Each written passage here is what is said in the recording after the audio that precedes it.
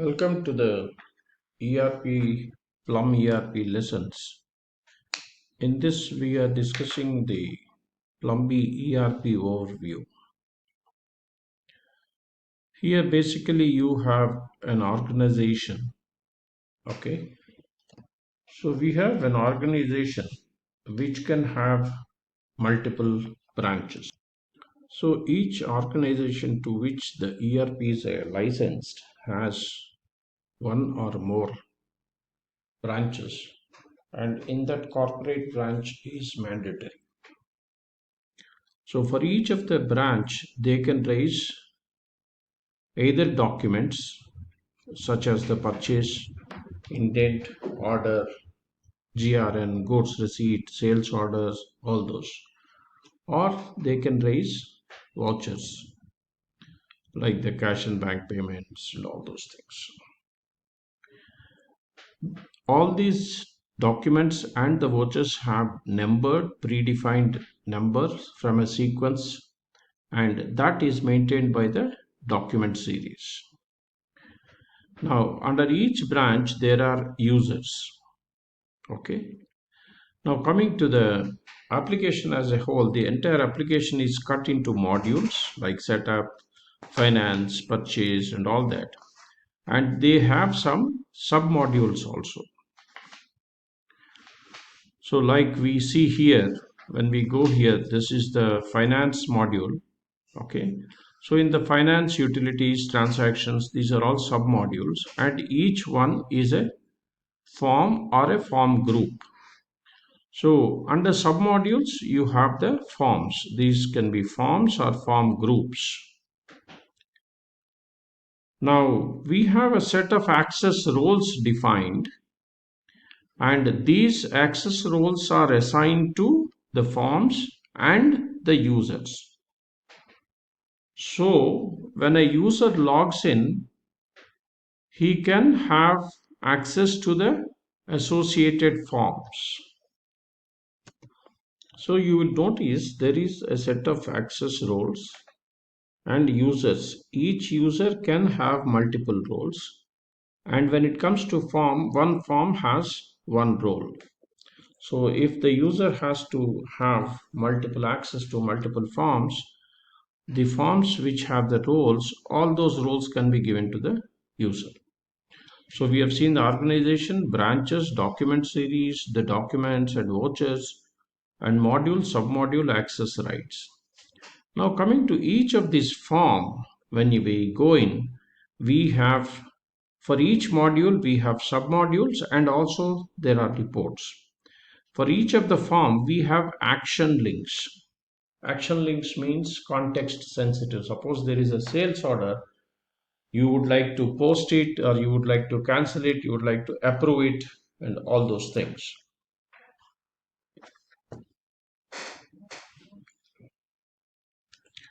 Okay, then of course each form have some defined workflow, like a financial document need to be approved or verified and then approved and then posted and all those things.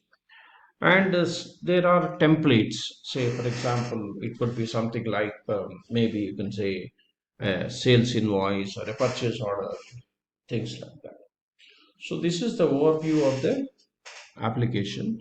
So now let us see piece by piece. Organization, I'm just clicking on the organization. Okay, so now you are seeing the actual organization, which of course I need a, a setup to access that.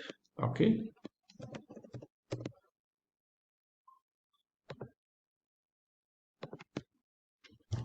so now we have the organization. So I'm just clicking on the organization. You can see the org setup.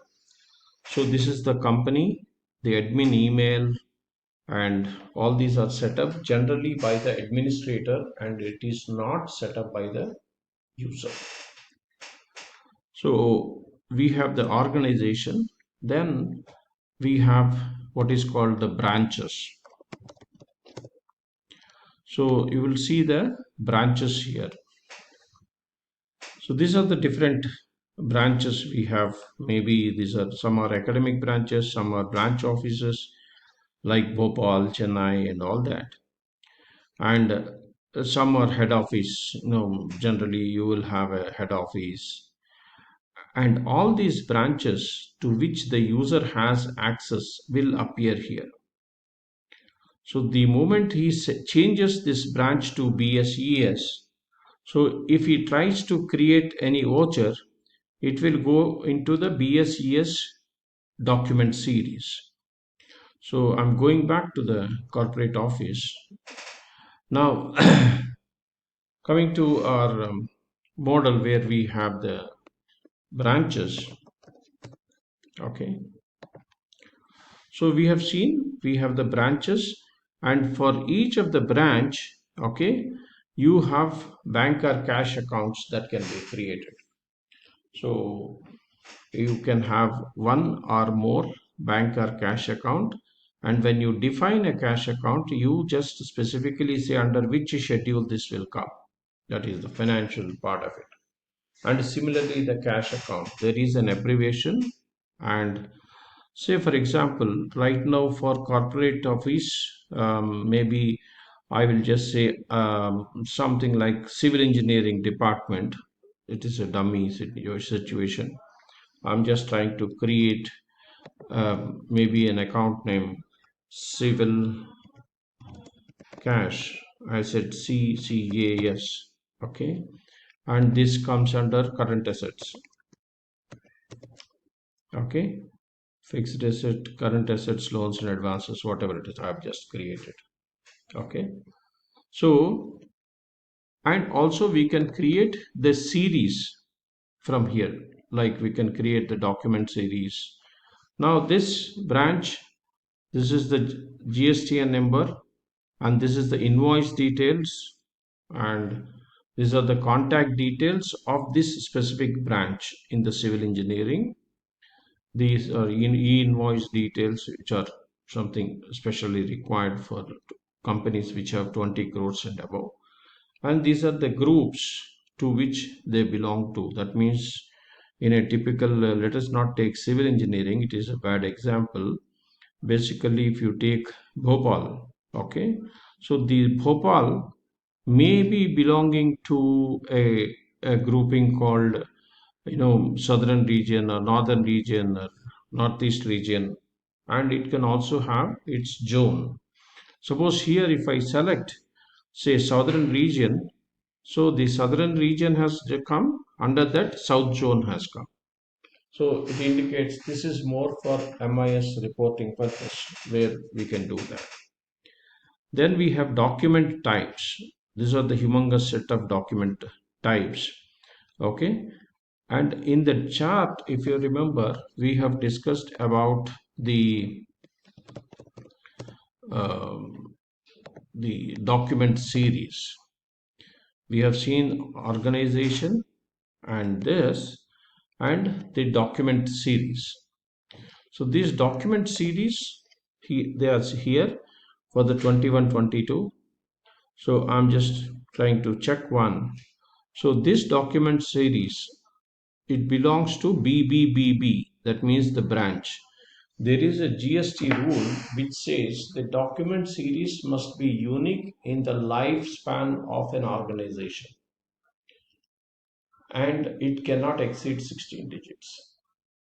That is the rule. So based on that, we have created this 4 digits for the branch, 4 digits for the abbreviation, then the year, then the document type.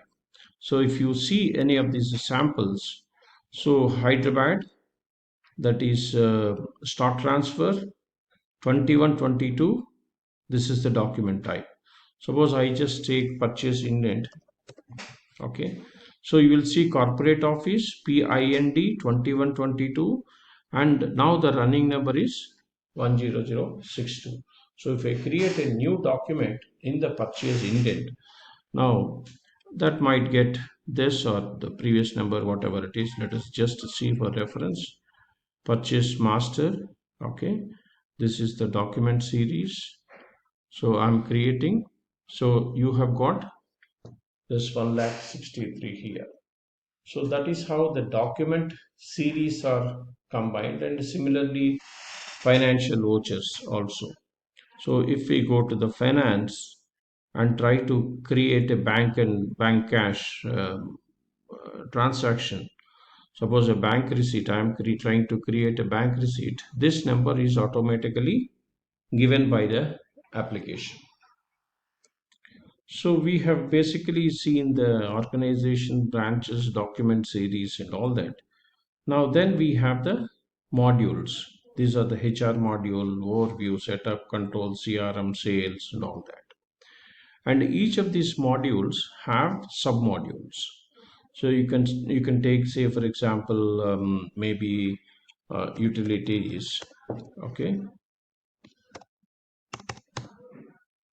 so this is a utilities module or a submodule. Maybe we can say transactions. So if we say transactions, this comes under, these are the transaction module, transaction submodule, and they appear in the form setup. When we are setting up any form, the modules come from the module master and the submodules come from the submodule master. These are the two masters. They are not linked, but for the purpose of showing it here, say these are the modules and these red colored or orange colored are the submodules. Okay, so let's go to the process and then see. So we have seen modules, submodules. Okay, so after having seen that, let us see the access roles. So I'm going to the access roles. Of course, this wants, some of these want the design mode to be present, so it is insisting on that. So let us go back to access roles. So here it gives you the, a specific, in this module, suppose this role, are there any pages? There is no such page. Okay, so the role could be a CRM or anything. We have lots of roles. Suppose CRM role is there. So in CRM module, with the person who has CRM role, who are the, what are the pages are the links? Now this top one, what it indicates is the form, and this bulleted one are the links under that. So if we are in the leads, and with this CRM role, who are the users? You can see these are the users. Suppose you feel this person has no role currently for CRM, I just tick him. Just remember AK Bhargava demo. So the moment I tick him, he comes onto the top that he is selected for AK Bhargava. And you can edit the user and see that he has that role called CRM is given to him. And if you want to remove it, maybe we can remove it from here also. And we can add new roles from here, that's up to you. So now we are going back to our module of the access roles and the users, how they are created. So here we have seen the modules, the roles and the applicable pages. Suppose I take accounts manager. Okay, accounts manager, in this module, are there any pages? Okay, who are given to the accounts manager? No, we have not given. These are roles. That means a person who has accounts manager role is not given anything about this. And of course, similarly, you have a lot of reports and you can give that CRM activities report to account manager if you feel it is good. So this is how you basically manage the processes. Now, maybe in the next video, we will take you to the other modules. So we have seen up to the top set. Thank you.